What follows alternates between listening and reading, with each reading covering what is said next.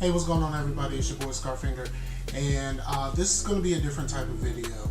I get requests all the time by people asking me about showing my whole process. So I wanted to do a video showing the whole process. Now, this fluid painting is not really that difficult. Like, you do it a lot and then you kind of master it over. You kind of get a handle on it. I wouldn't say that I'm a master of it. And there's a few things that you need to get started. One, you need your paint. For me, I'm using craft paint mostly today because I have a ton of craft paint for around the time when I first started, and I need to use it. So I'm going to use some craft paint today, and I'm going to try to do a couple different things. So you need your paint, you need your canvases for this demonstration or these demonstrations, because I'm going to do more than one. I'm using 8x10s, just regular old 8x10 canvases that I got at Hobby Lobby. And your pouring medium. This pouring medium is a custom pouring medium that I kind of adjusted over time. In this bottle is a mixture of Elmer's glue oil, Floetrol, and distilled water. I know a lot of people don't use the glue, or they use glue and water as opposed to the Floetrol, but I've been pretty much using glue almost the whole time that I've been painting, and there's times where I've used more glue and a little bit of Floetrol, but how this is constructed now. This is a 16-ounce bottle that I got on Amazon.com, and you know what? I should probably put links to all of this stuff in the description. That probably would have been a good idea for me to think of before I start recording this. But this is a 16-ounce bottle. Basically, it is 6 ounces of glue, 6 ounces of the Floetrol, and 4 of the water. And just in case I need to thin something out a little bit more, I have this one, which is an 8-ounce bottle, and this is about 70% Floetrol, and the rest of it is water. And I use this when I need to thin it down a little bit more. Now, for the types of paint, I don't think I'll need that for the craft paint, because craft paint is pretty thin in general, and craft paint is great to start off with, but a lot of the craft paint, unless you go into the little bit more expensive craft paint like deco art and things of that nature, it'll dry matte, and you lose a lot of the pop of your colors until you varnish. So so that's pretty much that's the main reason why I switched. I thought that I got far enough in my painting journey to whereas I can get better paint.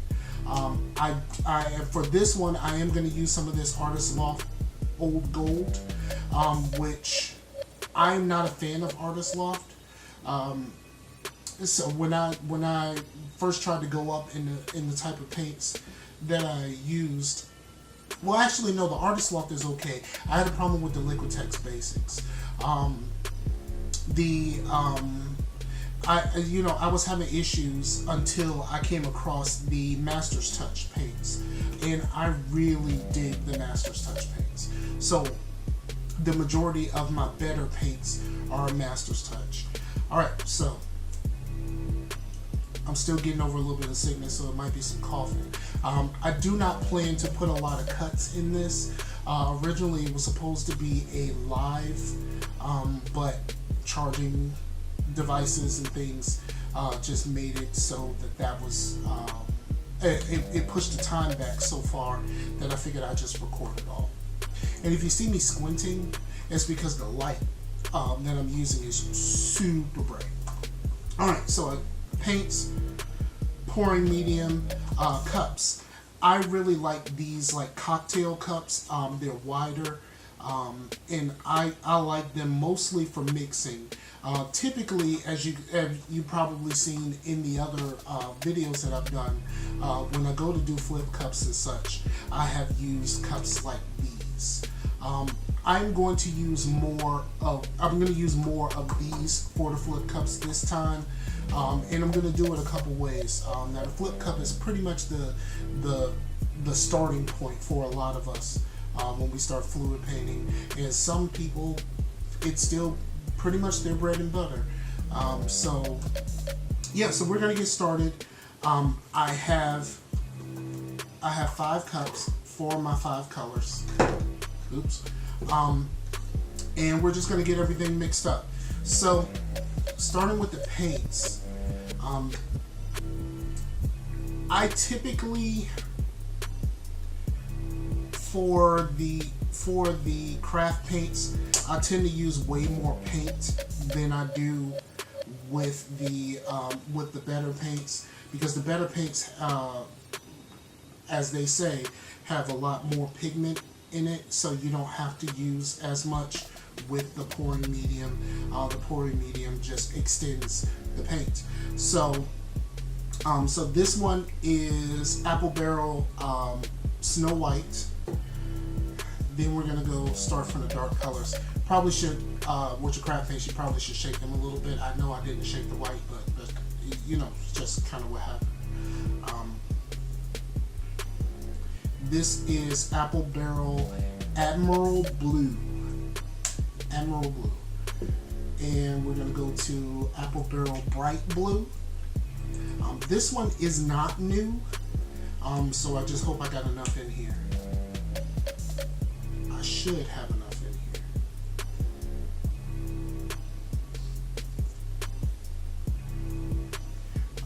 I probably should put a little bit more Admiral Blue in here. So I'm gonna...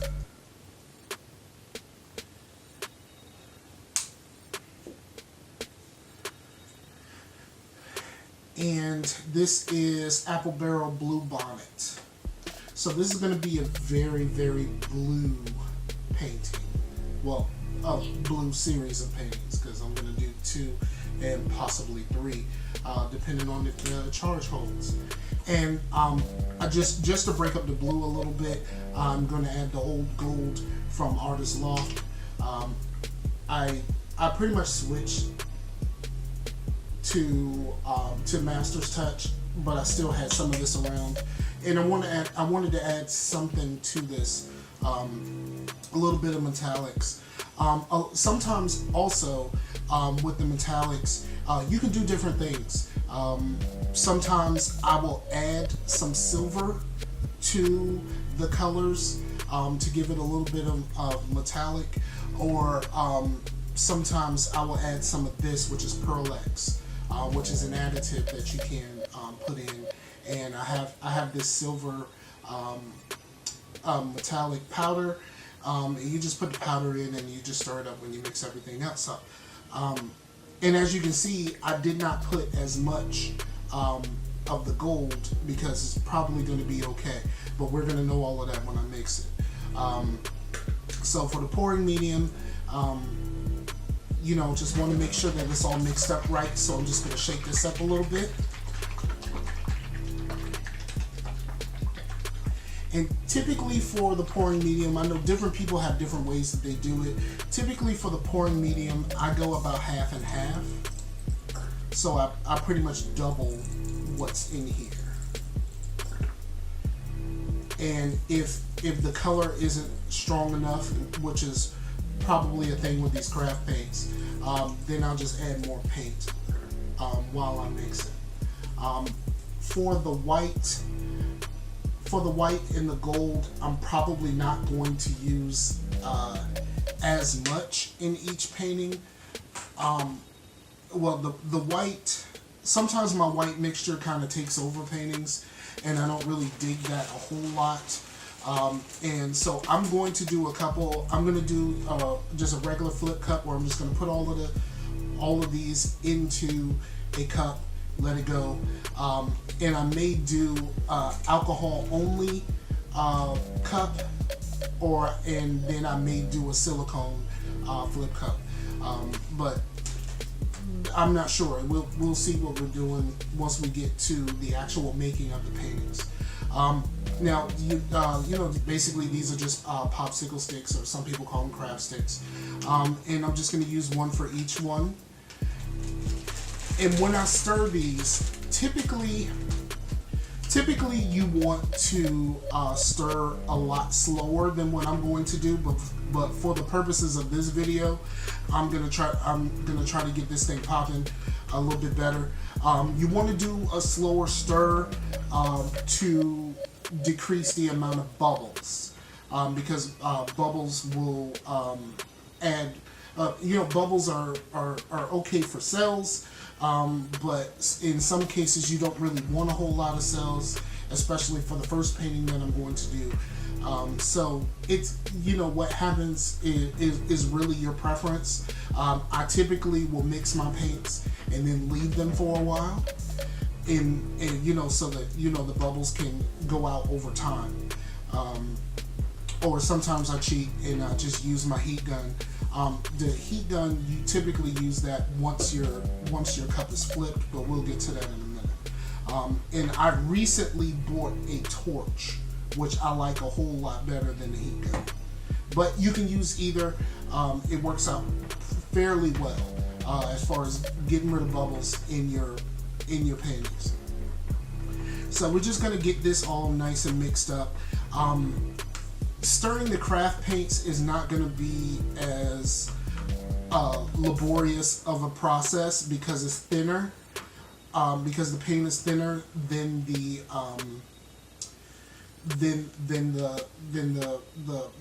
better paints. I don't know, what do you even call this?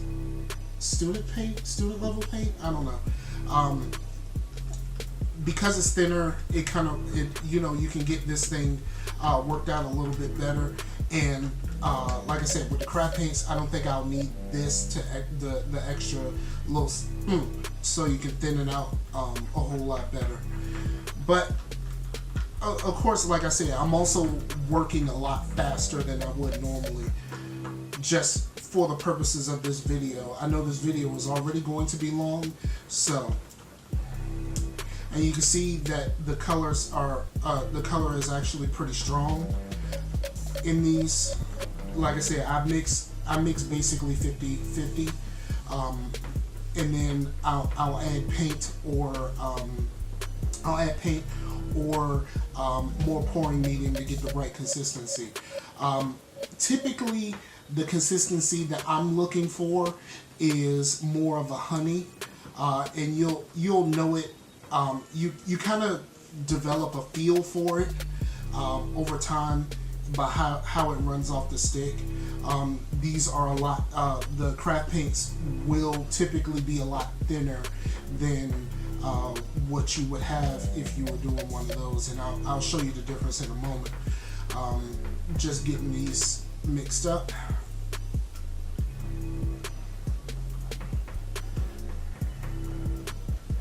So again, when you're mixing up your paints, normally you really want to take your time, make sure the paint is mixed in very well, and that's going to alleviate a whole lot of problems that I've had in the past with chunks of paint being, you know, and a lot of times you will see the chunks of the paint that wasn't mixed very well when you're making your painting. Sometimes the chunks are unavoidable because sometimes it's the paint, sometimes it's the Floetrol, because the Floetrol will actually chunk up also. And so this is the better paint, and you can see how it's running off the stick, and it's kind of dripping a little bit more. And this is probably going to this gold is probably going to end up being a lot thicker than the rest of it. And I can clearly see that this is going to take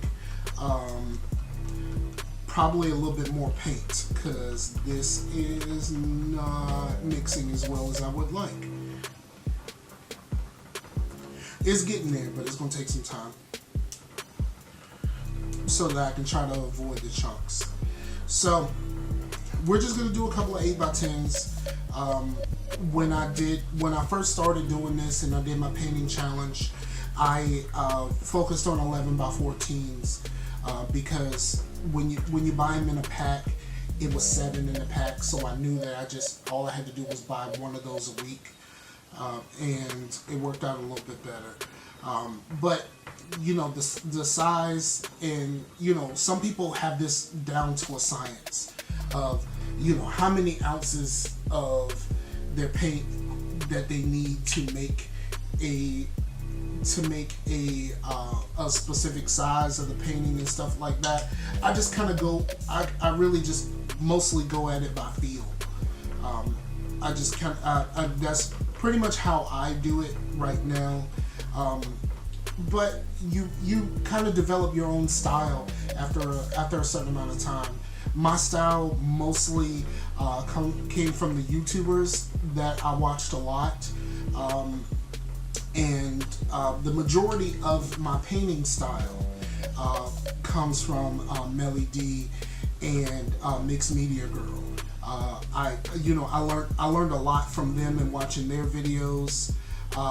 And you know, for the pouring medium, I watched a lot of different videos about how they do pouring mediums and things of that nature, because the two main artists that I watch are very different in their approach to the pouring medium itself. Melly D uses Liquitex, you know, just a dash of Liquitex pouring medium in water. Mixed Media Girl just uses Floetrol and water. Like I said, a lot of people don't do the glue thing. Alright, I think I got this to a good. And I don't know how well you can tell the difference, but this is clearly thicker than the others.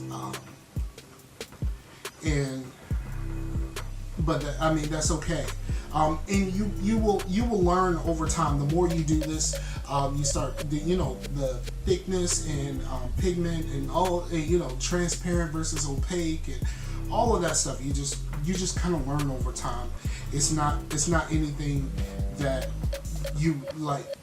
I wouldn't say just research it all. I would say personally, I would say do it like how I did it. A lot of mine was trial and error, and I learned a lot, especially when I did the painting of the day for April, which I can't believe. Well, first of all, I can't believe that I'm even doing this, like that anyone would even care about my art, because I just did this because my girlfriend was looking at a video one day of a guy teaching another lady how to do this, and I was just like, that looked cool, I think I can do that. And then it just kind of took off for me, and you know, it's just kind of blown up a little bit. I really enjoy it, and I really enjoy the creative process. I've never really been a true creative. I've never really been an artist outside of, you know, dabbling a little bit into musical instruments, you know, a couple of times that I did try, but I never thought of myself as an artist. So all of this is new.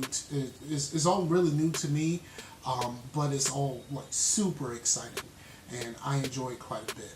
So all the paint is mixed up. Typically, you want to let it sit for a while, but in this case, I'm trying to record this mostly in one shot. I'm going to add a small break here while I move the camera and set my canvas up, so you won't notice all of this happening. You know, you won't know how much time it took to get all of this right, but I will be back in a moment. So this is the general default view, if you've ever seen one of these videos before, and so we're just going to go ahead and we're just going to do a regular flip cup, and I'm going to put everything in this cup. So we're going to start this off with a little bit of white, not a lot, and you can pretty much put the things in the cup. I mean, you get different reactions depending on if you put in light versus dark and everything else. I am going to do light to dark and then add the gold in after. So start with the blue, light blue, the medium blue,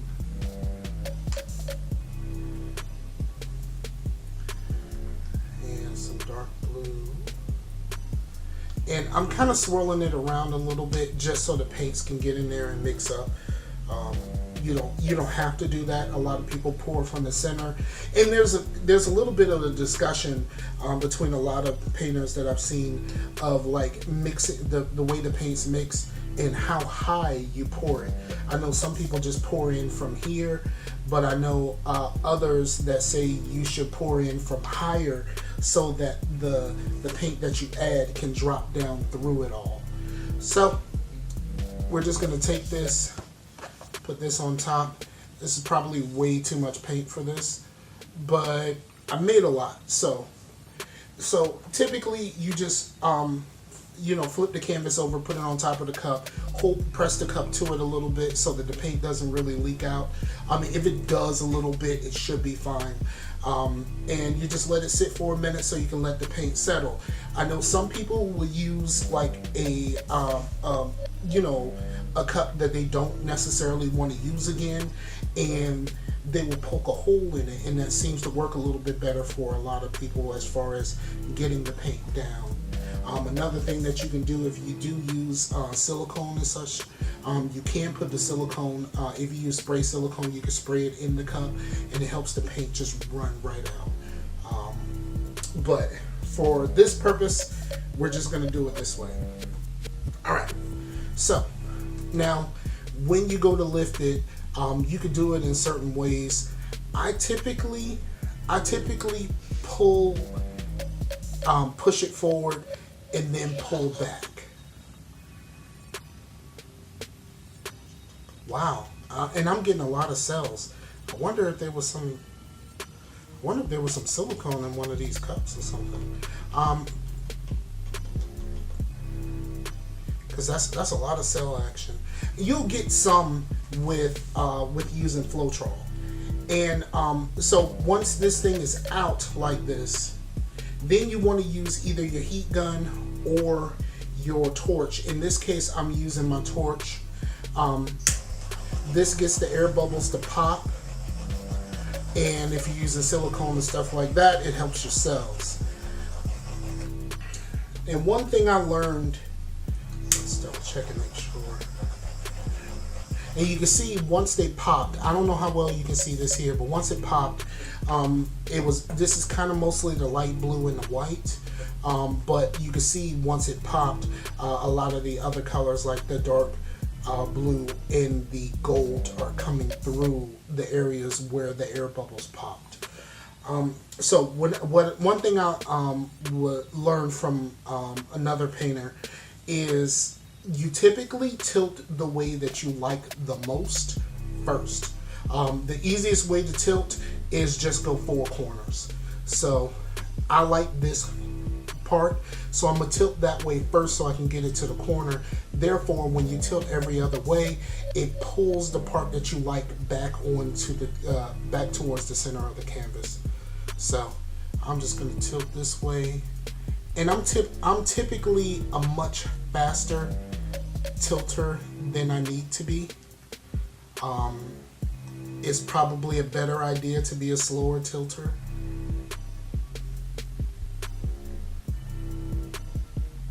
And you just want to get it to whereas the paint is covering everything. I like that a lot. Cells are popping back through. And then you typically just tap your corners and make sure that your sides are covered. So, it's mostly a stationary activity. You can see it's the white. The white is eating through this and making more cells. And I typically don't love that. I'm gonna be 100% honest with you. I typically don't love the way that white, especially the way that I mix it, typically eats through the painting. That's why I don't necessarily use a lot of white, or I would use like a metallic white or something that's not just a regular white, because you can see it's clearly taking over the whole painting around here. All of that is like really being taken over, which, like I said, I don't really love it. I don't really love it at all. But it is creating something. The way that it's taken over, it's a lot. So it's kind of making it more of a cool design, but it's not something that I love. And sometimes you want to take another pass. Excuse me. Sometimes you want to take another pass with your heat gun or your heat gun or your torch, in my case, just to make sure that you got all of the bubbles. And that is the first painting. I am probably going to use much less white in the next one, or possibly not using white at all, or just add a little bit of white at the end instead of using it as the base for this, because that's going to bother me a lot. So we're going to take this painting, we're going to leave it here, and we're just going to sit it to the side there. So for this one, we're going to basically do the same thing, except I am going to take some alcohol and put a little bit of alcohol in the colors. Now the alcohol helps create cells also, but the problem with using alcohol, I typically use a dropper for this to make it a little bit easier. The problem with alcohol is it evaporates very fast, so once you add the alcohol, you just got to get it stirred and you got to get it moving and you got to go. So I am going to, this time I'm going to add a little bit of white at the end, and I'm going to start with my darker color first.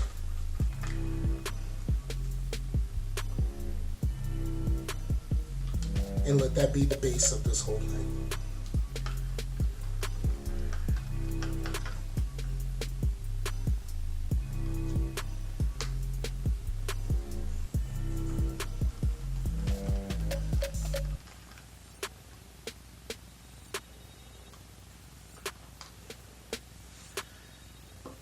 And for the gold, I'm not really using a whole lot of the gold. It's just more of an accent color than anything else. I probably use a little bit more than I would have normally, and you can see, if you can see in the cup, the alcohol is making this react already. And you typically do not put any of your additives in the white. Alright, just a little bit of white, and we're going to flip this just like the other.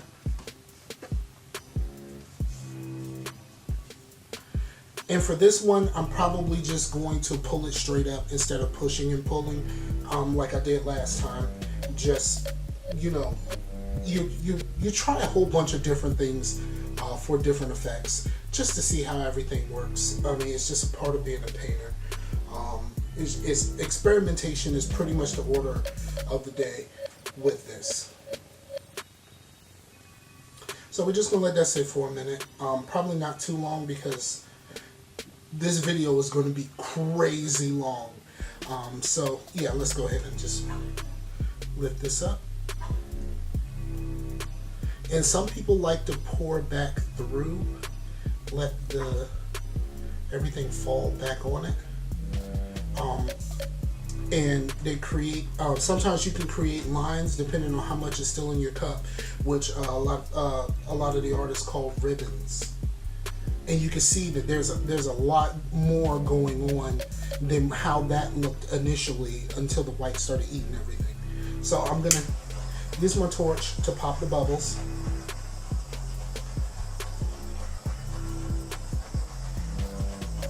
Now the only problem that I have with this so far is I seem to have lost a lot of my gold, which is not really the best thing. And I'm gonna come to the side so I can reach this a little bit better. I don't know which way I'm gonna tilt. Let's tilt that way. I could probably get some of my gold back.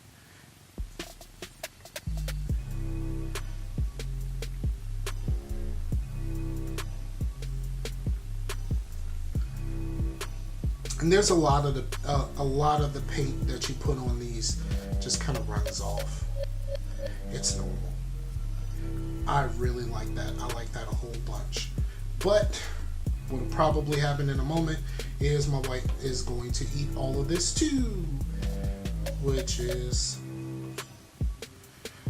you know, it's normal. It's normal with me. I know a lot of people don't have the same kind of issues that I have when it comes to this part. I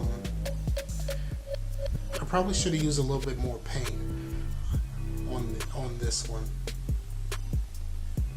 It seems to be stretching a little thin. You really just kind of just gauge it and see what works and what doesn't.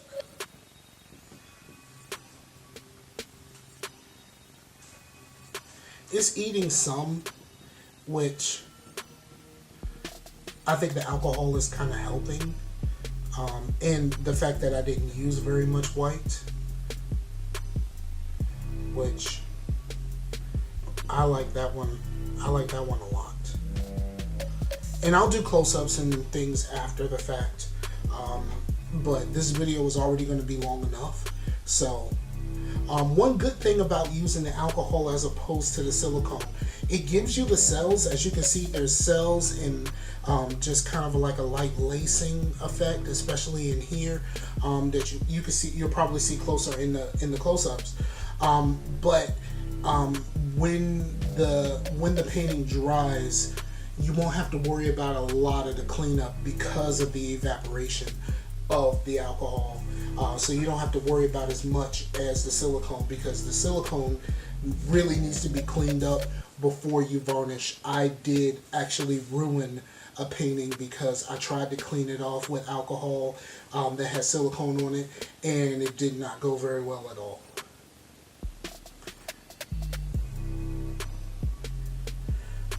I like that one a lot. I like that one a whole lot.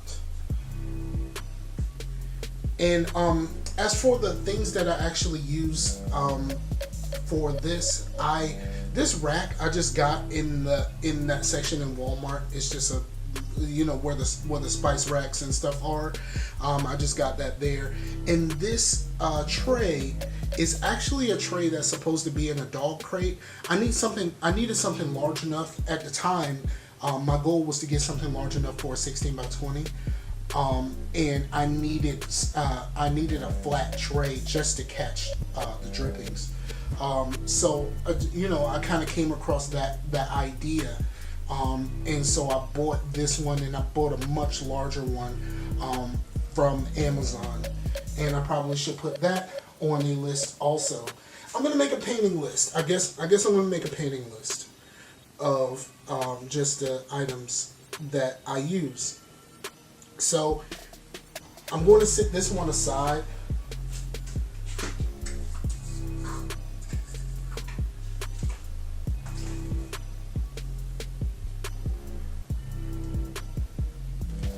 Another thing is when you're letting them dry, you don't really want to leave them on this rack because they will stick to this, and it creates a bigger mess when you're trying to clean them up. Because when you try to clean them up, it's like really terrible.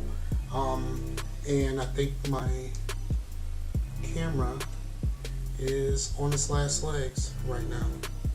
So let me take a look at it.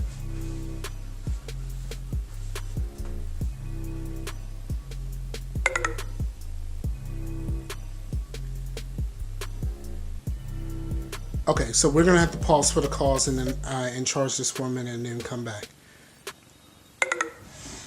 Okay, so phone's charged, and for the last video, the last part of the video, I'm going to be using this, which is silicone. The treadmill silicone seems to work a whole lot better than any other that I've tried. I mean, I've only tried 2, let me be honest with you. So I'm only going to put, because this painting is pretty small, I'm only going to put 1 drop in each of these. And different people have different ways of doing this, where some people like to mix them a lot. Okay, so technically it was kind of 2 drops and most of it. Some people have different ways of doing these. Some people like to stir just like a couple times and then just let it go from there. And some people like to mix it up a lot. I typically mix a lot. Because I want lots. I want lots of cells. Kind of like how this one came out, where there's just a ton of cells with the alcohol. So for this, we are going to use a little bit of white at the bottom. The white, like I said before, the white you typically do not add the silicone to, but with the white being at the bottom, it usually creates a lacing effect that actually looks pretty good. So I'm going to use this. I'm going to use a little bit of white, and before I really get too far into it, I'm probably going to flip the cup and then pour the rest of the white around it. Sometimes when using silicone, especially if you use too much, the silicone will cut through to your canvas and show your canvas. I typically have a lot of problems with that, especially on my the corners or the edges. But this is just for demonstration purposes. I don't really plan on doing too much with this. So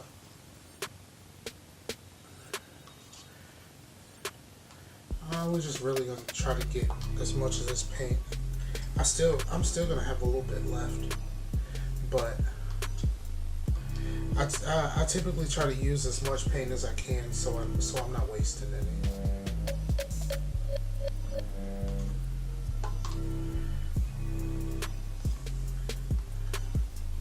I am, however, going to use all of the gold that I have left. And I'm going to do the thing that I told you about earlier, where I'm lifting it up so that it falls through a little bit more.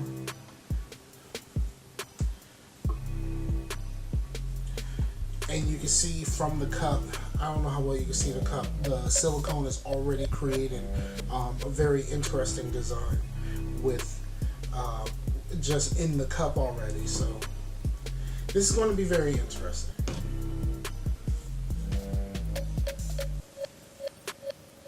So we're just going to let that sit for a few minutes, just like we did before, and everything should be on and popping. When you're using silicone, I have learned that the torch works way better than the heat gun. I don't know what the difference really is. I mean, they're both still pushing heat in order to pop the bubbles or whatever, but the torch seems to work a little bit better as far as creation of cells and how well everything looks, you know.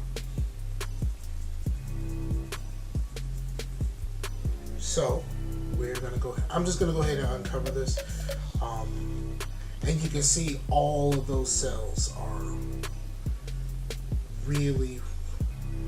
The silicone really helps. I call silicone the cheat code. I'm gonna come around over here so I can get this tilted. I'm tilting that way so I can get the gold back on it. And I'm gonna torch after.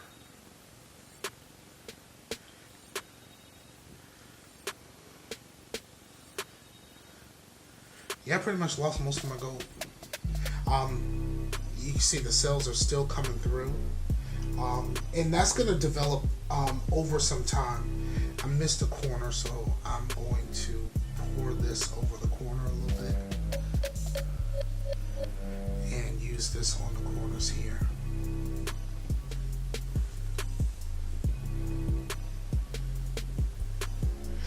And you can also see right there is what I was talking about. It really just kind of cut through the canvas. I didn't actually pour the white on like I said I was going to, and it's gonna cost me. So let me wipe my hands, and we'll torch it. Even though, yes, it's creating pits really bad, and you can see it's starting on the edges already, which isn't really, it's not my favorite thing.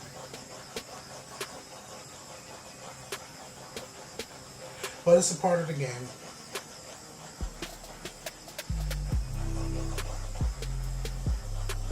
Hey, there's, once the heat hit it, you can see more cells are popping through, and the cells around here are all kind of laced with the gold. I don't know how well you can see that in the camera, but I can see it very well.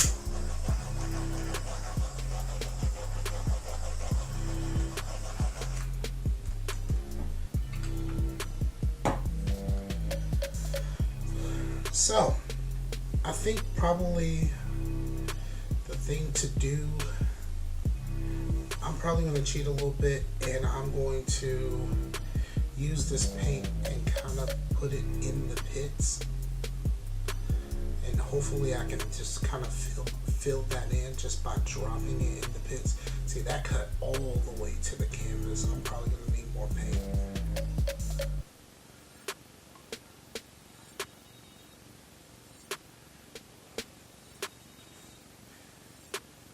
Yeah, I'm just kind of filling in the really bad pits at this point.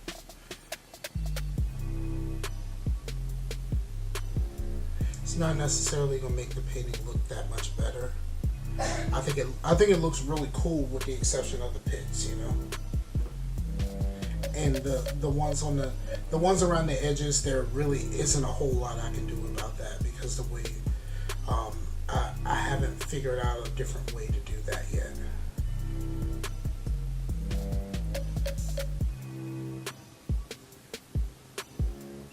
So it'll take some time, and I'm gonna fill in these, and I'm pretty much gonna do this off camera, and then I'll come back and I'll do some close-ups. So I'll be right back. Okay, close-up time. So here are the 3 paintings that I made. They're not in the same order with the last one that I made in the middle, but let's start on the left. Now this painting I really like.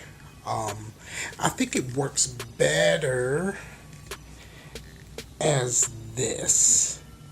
I think that looks really cool. Where the white made all of those cells really kind of makes it look, in the way that it flowed, really kind of makes it look like water. I mean, it really looks like water. And then the top part, that was really dope. The silicone painting, this one, oh, okay, that one was no anything. That was just paint.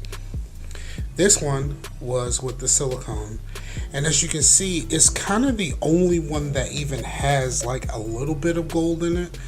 I wasn't expecting the gold to stand out that much, but I kind of expected it to be there at least a little bit, and it's not really very prominent in either of the other paintings, so it kind of sucks, but it's life. And this one was the alcohol. I love the bunches of little cells and the lacing and just how this one came out. I wasn't sure that I was going to like it at first, but I really like it. So these are all 3. This was basically kind of a PTCAC style tutorial, and I'll try to do a little bit more on this later, but given how long this thing is, like, I don't even know how I'm going to put this up, whether I'm going to put it up in one shot or however. So, you know, go to the Facebook page, facebook.com/PTCAC. Links, of course, in the episode description. And it's your boy Scarfinger, aka Mike. I'm out of here. Peace.